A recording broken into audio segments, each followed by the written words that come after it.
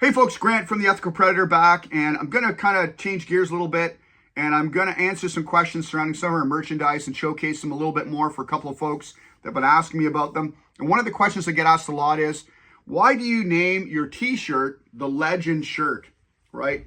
The Legend. This is the design here on our sand color that we have. It's kind of a light coyote.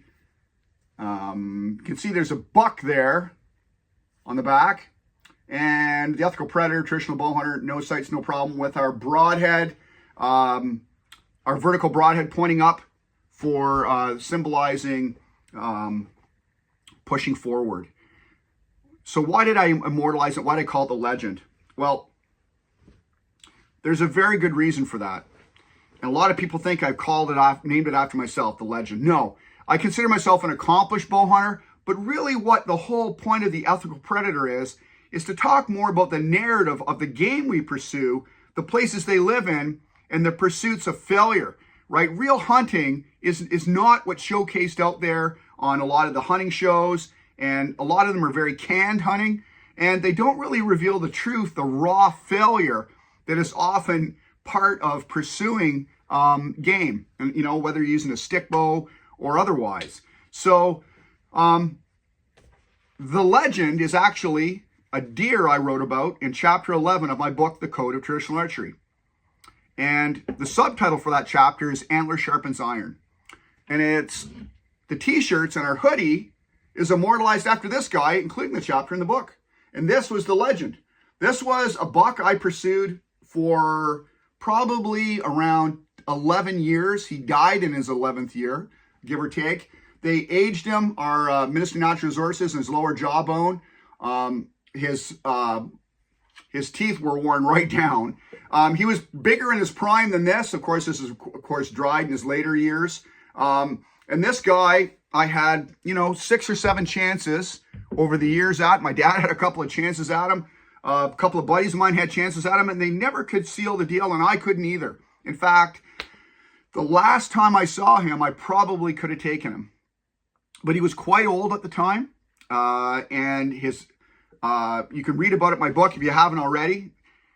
And I decided not to drop the string on him. And it's funny, that deer came around like he did the very first time I saw him and bedded down around behind me and watched me at dark climb down out of the tree that day. And it was the last time I saw him alive. I found his skull and his bones bedded down, curled up, and he died that winter, highly likely of old age. He hadn't been scavenged at all. And I found him looking for a couple of grouse arrows that I shot at grouse earlier that year in a bedding area I'd hunted very close to where my tree stand was the last time I saw him. And the reason I immortalized that deer is because that deer probably taught me more about bow hunting for deer in my younger years, pursuing them for as long as I did, than anything else. Any magazine article, any television show, anything I'd experienced in the media, because it was a real world immersive experience. And that's something I find we're missing these days, and the entire driver behind the Ethical Predator movement that I'm facilitating, because I really do believe it should be about process over product, right?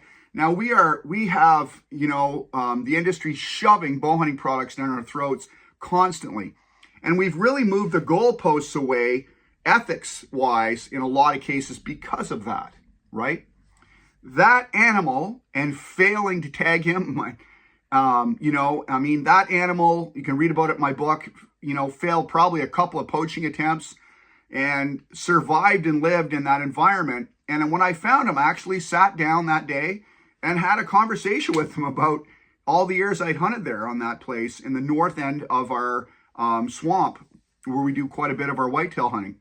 And I felt it only fitting to immortalize him, so that it could be a talking piece on our hoodies and have that be the first in the line of our merchandise that we actually have available for folks to, symbolize that process over product. And that's the important part.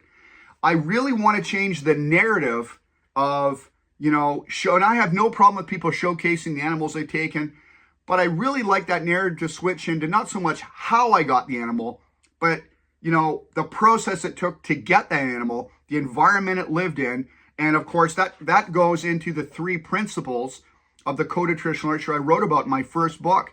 And I've really hammered this down in my second book as well, The Ethical Predator, Path to Mindful Bowhunting, which is due to be released this February.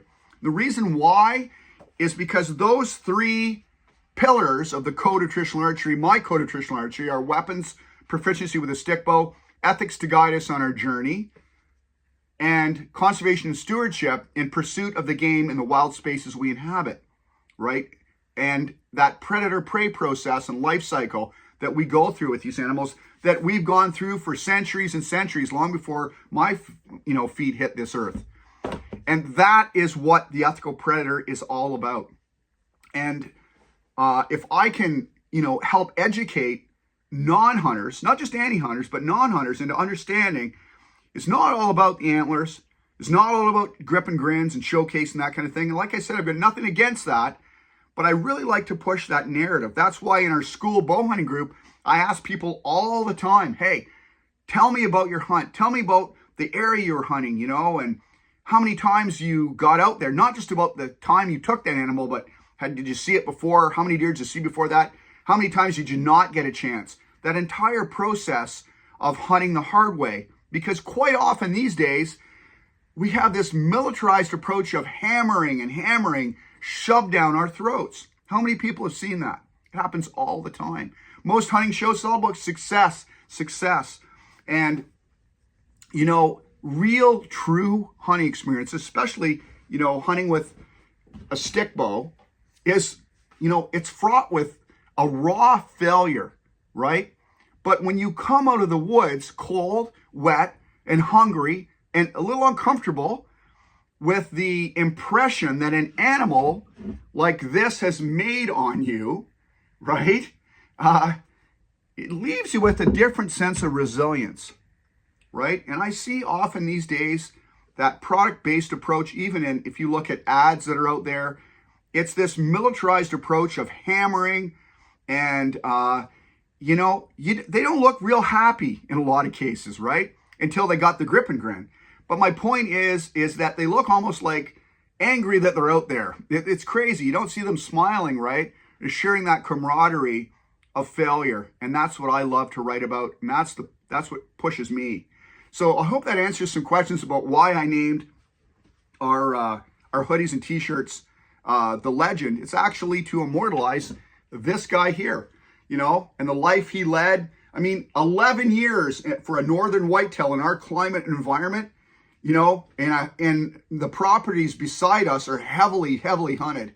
And I encourage you, hey, you can read all about him. Chapter 11 in my book, The Code of Traditional Archery, Antler Sharpens Iron. And he's immortalized in there as well as our merchandise, like our hoodies and our t-shirts. If you haven't gotten yours already, by the way, we still have a run of black ones left. Get them while you can. They're going quick. And you'll absolutely love them.